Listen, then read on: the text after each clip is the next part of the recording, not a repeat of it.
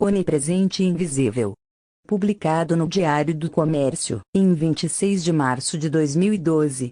Ao ouvir dizer que vive numa democracia, o cidadão comum imagina que, malgrado algumas tramas sórdidas urdidas pelos políticos por trás das cortinas, o esquema de poder que domina a sociedade coincide com a estrutura visível das instituições e, em última instância, pode ser controlado mediante a pressão do clamor público ou o exercício do voto.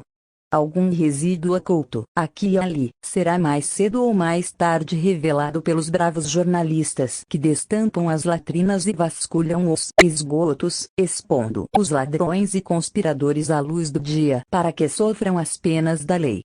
Não obstante falhas ocasionais, no conjunto o sistema, aerado pelos bons ventos da liberdade de imprensa, encarna os ideais iluministas da transparência e da racionalidade.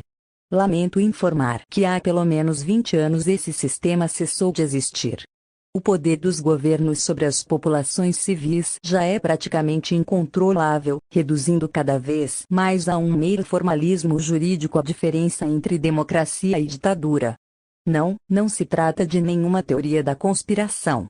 Conspirações existem, mas não são elas que produzem esse estado de coisas. Ao contrário, é ele que torna viável, hoje em dia, a criação de um governo global onipotente, imunizado contra qualquer tentativa de controle popular.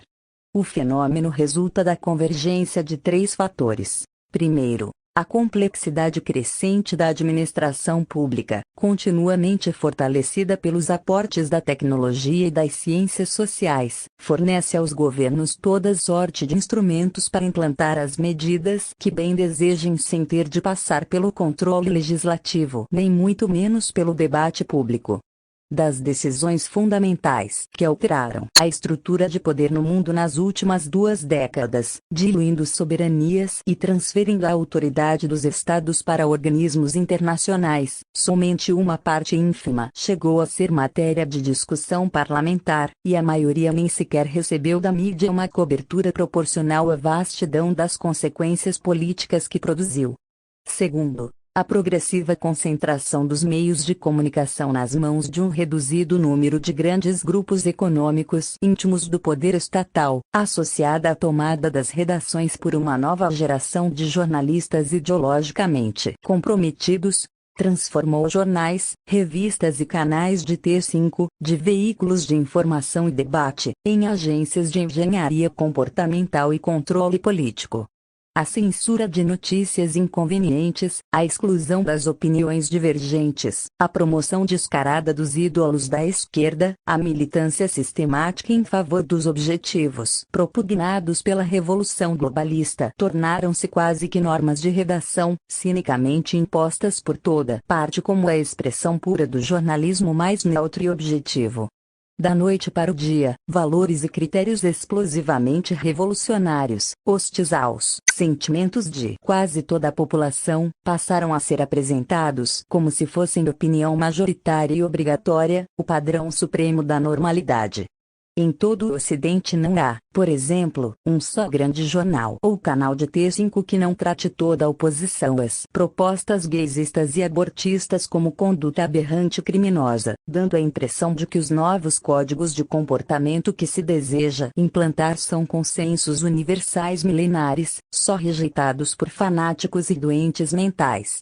É evidente que isso não é jornalismo nenhum, é um teatro psicológico planejado para produzir mudanças comportamentais. É a engenharia da complacência, da qual já falei. Terceiro, a queda da União Soviética deixou desorientadas e órfãs as massas militantes por toda parte, liberando um enorme potencial humano que, não sabendo viver sem uma causa social que justifique sua existência, foi facilmente remanejado para servir, agora fartamente subsidiado pela elite financeira, sob as novas bandeiras da Revolução Global. Foi a vitória completa do fabianismo e do gramscismo sobre as versões mais arcaicas do movimento comunista. Com velocidade impressionante, as militâncias locais foram unificadas, criando, pela primeira vez na história humana, a possibilidade de mobilizações de massa quase instantâneas em escala mundial, a mais formidável máquina de pressão política e intimidação psicológica que o mundo já conheceu. Sob o influxo desses três fatores, a velha democracia representativa tornou-se apenas a camuflagem jurídica e publicitária de novos esquemas de poder que a maioria dos cidadãos não compreende e em geral não conhece. Graças a isso, o avanço da tirania global é hoje tão rápido, tão intenso, tão avassalador, que para registrar, simplesmente registrar, a sucessão diária dos fatos que o exemplificam, seria preciso um jornal inteiro, não este pobre comentário semanal.